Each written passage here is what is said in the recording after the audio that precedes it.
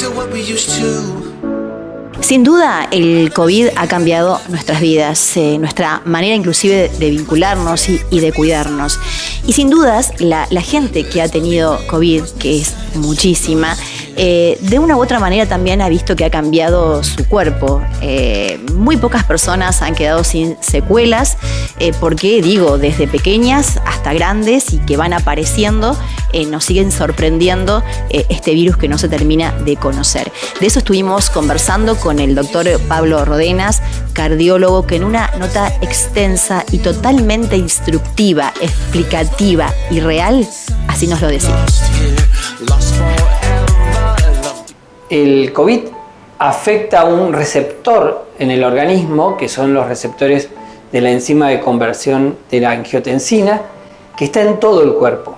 Y esto lo ha hecho que la sintomatología que presente sea tan diferente de acuerdo a cada ola y de acuerdo a lo que el virus intentó y consiguió ubicarse.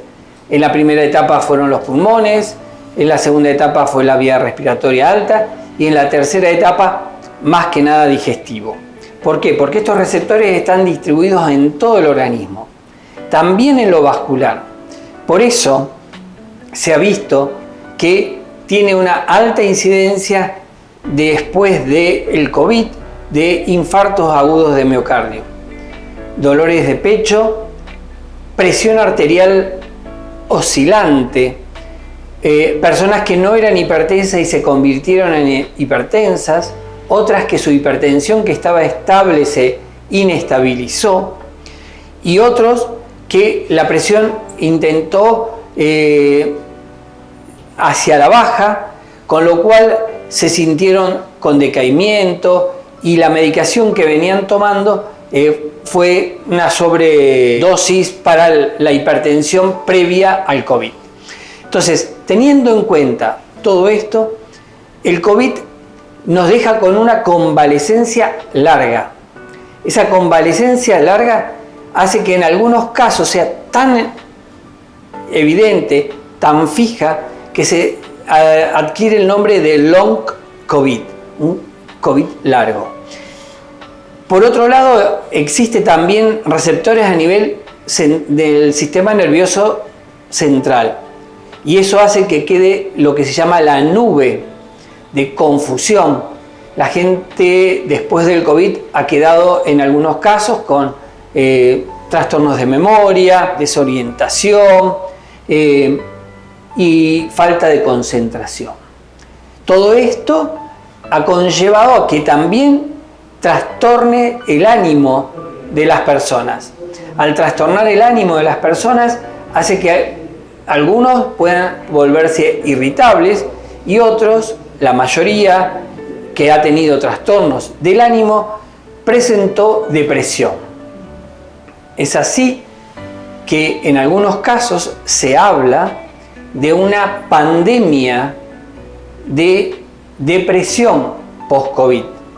Y eso ha conllevado, sobre todo, por los cambios sociales, por los cambios de costumbres y en una de esas también por culpa del COVID, que la incidencia de intentos de suicidio haya sido muy, muy profunda y sobre todo en gente joven y adolescentes. Por lo tanto, tener el COVID ya de por sí es riesgoso y en cuanto a lo vital.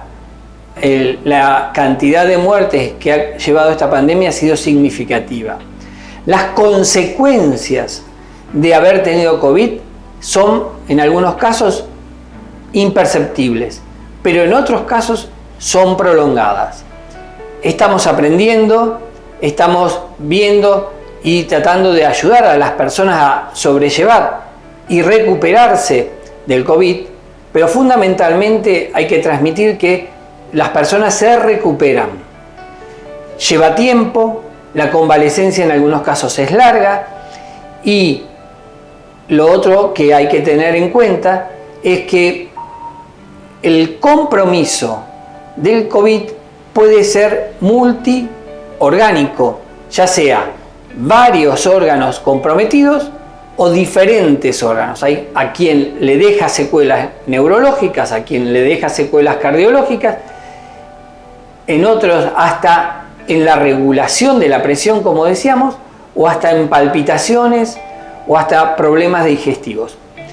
No hay que inquietarse, hay que ocuparse, prestarles atención, ver cuánto de eso es un daño orgánico fijo y que el tratamiento es más profundo y delicado, y cuánto de eso es funcional. Porque hay mucho de funcional, porque estos receptores que decía al principio, los de la enzima de conversión de la angiotensina, son receptores que se ubican, se bloquean y se desbloquean. Entonces, cuando en el tiempo esos receptores quedan nuevamente libres, los síntomas desaparecen.